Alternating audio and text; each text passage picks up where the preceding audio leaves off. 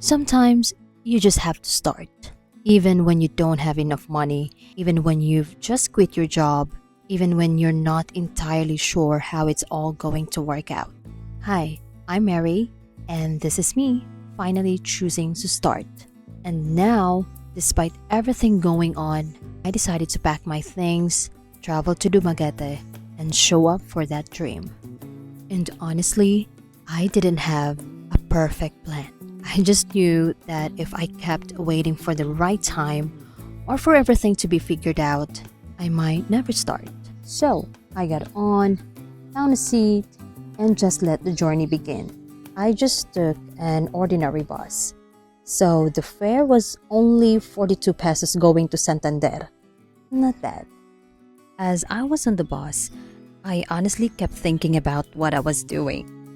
I had just quit my job, money was tight, and here I was, traveling to Dumaguete just to work on a project with my friend. It probably sounds a little crazy, but this is something we've been wanting to do for a long time. The bus made a quick stop here in Mainit, Oslo, and from here, you can actually see the port where people take the barge going to Siquijor.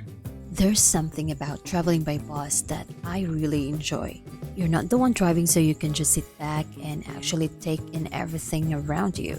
Sometimes you see people starting their day, kids getting ready for school, stores just opening, and all these little moments happening along the way. And while I was looking out the window, I was also thinking about why I was making this trip in the first place.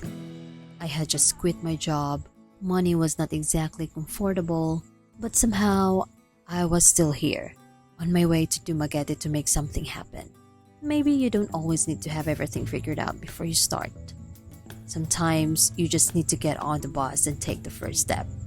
Finally, I made it to Liloan Port in Santander. Now, I just had to line up and get my ticket for the next ride.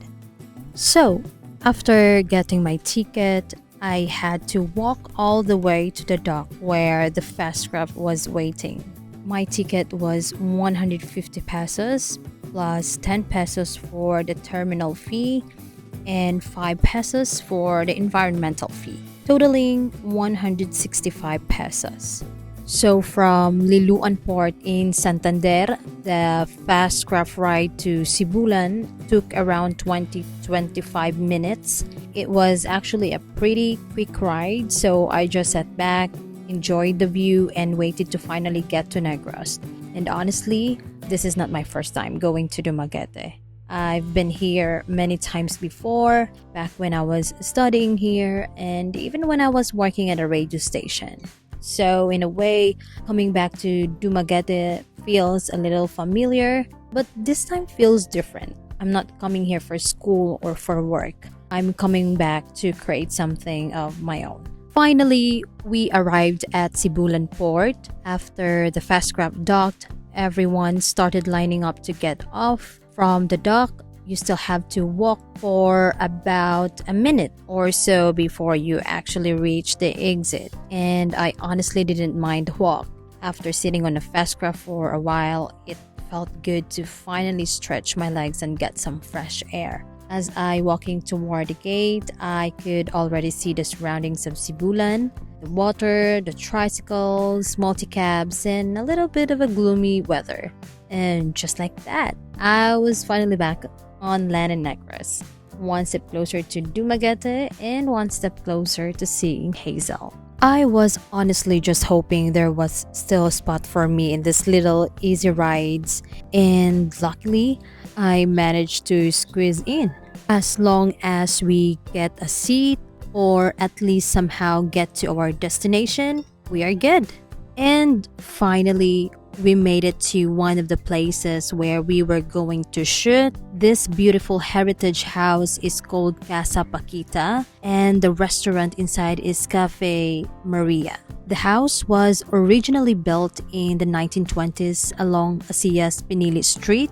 It was later carefully dismantled, moved and restored here in Fatima Village, Piapi, Dumaguete City. And finally, we started recording our podcast. For this episode, we talked about death. something we don't usually like to talk about. The meaning of life is to give life meaning. Life is murag wala man life is like lifeless ra kuno na siya murag ana ra Mm-mm. siya. But Unless you unless you you give it meaning. exactly. And while you still have this opportunity given by you, make it a beautiful one. So, be friends with death is really about changing the way we look at death, not as something we should constantly fear, but as a reminder that life is temporary and that maybe we should learn to appreciate the time we have. So, after the shoot, we took a little break, grabbed something to drink, and of course, had some chica. We started talking about what we were going to do the next day, where we should shoot, and what topic we should talk about next. And since we wanted to make the most of our time, we planned to wake up early the next morning and head straight to our next location. Good morning. And yes, this is us still in our pajamas because apparently we decided to start the day this early. We packed up all the things we needed for the podcast, our tripod, camping chairs, and the rest of our little recording setup for today's adventure. We booked a Maxime tricycle. What I like about Maxime here in Dumaguete is that it's pretty easy to book. You just put in your pickup and drop off locations, and you already know the fare before the trip starts. And the best part is they pick you up right where you are, so there's no need to look for a tricycle terminal. We just waited, and a few minutes later, our driver arrived.